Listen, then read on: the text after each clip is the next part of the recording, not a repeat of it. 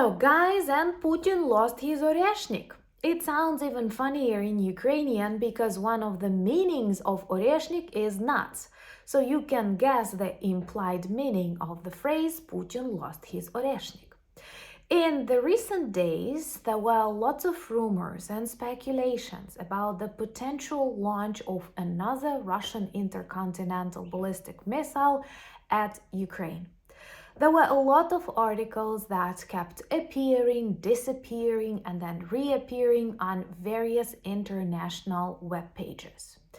And if you ask me, I personally think there was no launch because Russia is desperately afraid of such launches. Oreshnik is nothing new. It is a little bit improved and reconstructed old Russian intercontinental ballistic missile. And when they were testing it for decades, the majority of tests resulted in serious failures, and most of the missiles actually ended up on the Russian territory.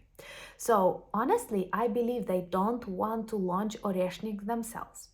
Most importantly, it's not the first time that Russia targets similar missiles on Ukraine. And they do not speak about that, they do not warn about that. So Oreshnik is a pure informational psychological operation and actually more targeted on the Western audience as on Ukraine. We're not afraid of this Russian intercontinental ballistic missile because honestly, it's nothing different from many Iskanders that they, for example, launch on a daily basis. And we know that the best way to end this nightmare is to defeat and demilitarize Russia. If you want to witness this process that has already started and also protect yourself against their hybrid informational warfare and such informational Oreshniks, subscribe. We talk about all of that on the channel. So let me remind you this Oreshnik informational weapon. It appeared at the end of that 2024 when Russia was losing in a number of directions and specifically in Kursk. From the very beginning, it was obvious that the Kremlin wanted to attract much of the global attention on this new super unusual missile capable of carrying nuclear weapons, which is nothing new because many of the intercontinental ballistic missiles that Russia uses are capable of doing that. And also, I believe Oreshnik was intended for the American audience too, because during this presidential campaign, a lot of emotions were focused on the potential start of the Third World War, and Oreshnik was seen as an instrument that should stop this Third World War. How? With fear. Because if you look from this logical point of view, legal point of view, it's obvious you need to defeat the aggressor, you need to stop these war crimes. But Russia as a classical bully kept frightening people, and unfortunately there are a lot of weak-minded people who prefer to, let the matter do whatever it wants. Though experienced people know the best way to end any kind of violence is actually to catch this creature. So they were trying to develop this global epidemic of fear with Oreshnik, but even its first real launch on Ukraine in November, if I'm not mistaken, on Dnipro, did not result in anything unusual. Unfortunately, war, missile strikes, bombings, all of that has become our reality. So looking at what Russia does on the front lines to the cities like Kharkiv, targeting Kyiv with ballistic missiles, Oreshnik was nothing new and it did not demonstrate any specific kind of weapon missile effect. But Russia kept talking and they were super interested in more headlines talking about Oreshnik as a new invention when The debris left after the strike clearly demonstrated it's nothing new, it's nothing game-changing. It's one of the old, heavy, not very precise Russian intercontinental ballistic missiles. And they were using similar models for like hundreds of times against Ukraine. What they wanted is this informational attention and fear. Subscribe to know how to fight against Russian psychological and informational operations. That is actually very important for your survival, our survival, and the defeat of this criminal country. So right now, on Thursday, I remember that we had another air raid alert. You know, it's quite common, unfortunately, in Ukraine. And I was in the gym. And you typically check what kind of air raid alert is that, because we have messages like drones coming, danger of ballistic missiles. So that was a danger of a ballistic strike, and also Oreshnik, potential Oreshnik. Honestly, I do not see any reaction, different reaction in Ukrainian people, whether it's Iskander or Oreshnik. But then there were a lot of warnings appearing, and it goes with line with Putin's promise to warn people about the potential strikes of Oreshnik. Once again, he does not warn us about Iskander or any other missiles. They are not that much different from Oreshnik. So it is another way to threaten people. They bomb lots of Ukrainian cities, schools, hospitals, kindergartens, theaters without warning, but for Oreshnik, he wanted to warn people just to create waves of panic, and not that much in Ukraine, as unfortunately we've got used to that, but in the West.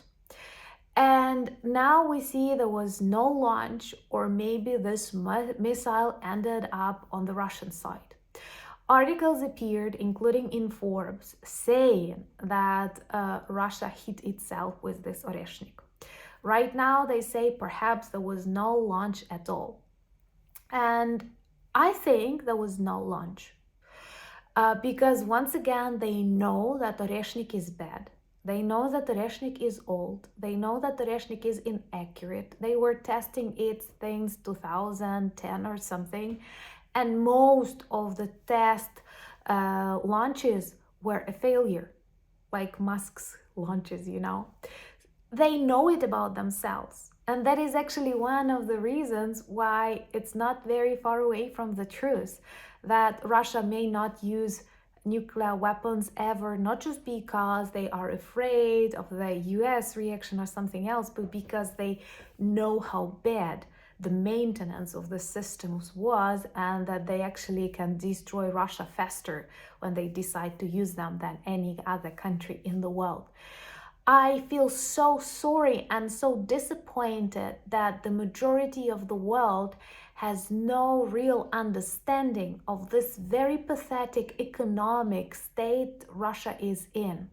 This is a poor country that uses old Soviet image, that invests money not into the life of its people, its cities, but the creation of the fake image. And then we receive vloggers like Rogan, who says that World War III is possible because of Ukraine. I'm sorry, we did not attack anyone, and defending yourself is not a crime, like when you simply want to survive. And Russia is, you know, a toilet paper tiger.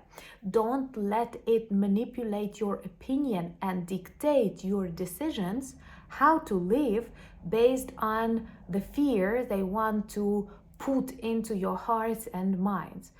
I'm Ukrainian.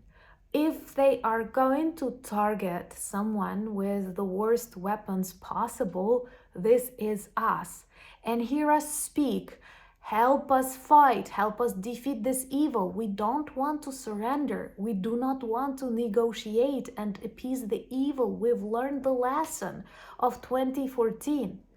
And you see that with this war continuing, more and more other authoritarian regimes or leaders feel inspired that they can do whatever they want just because they have nukes or they are crazy enough to violate the rules that stop smart people.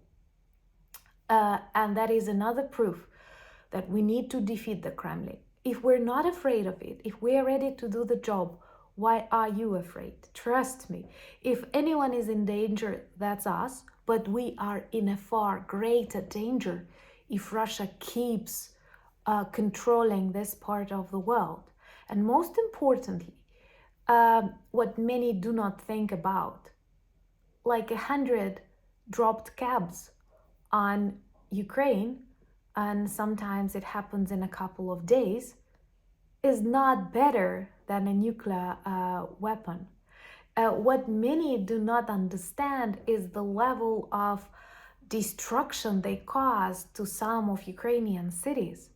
You don't need anything specific, it is already bad.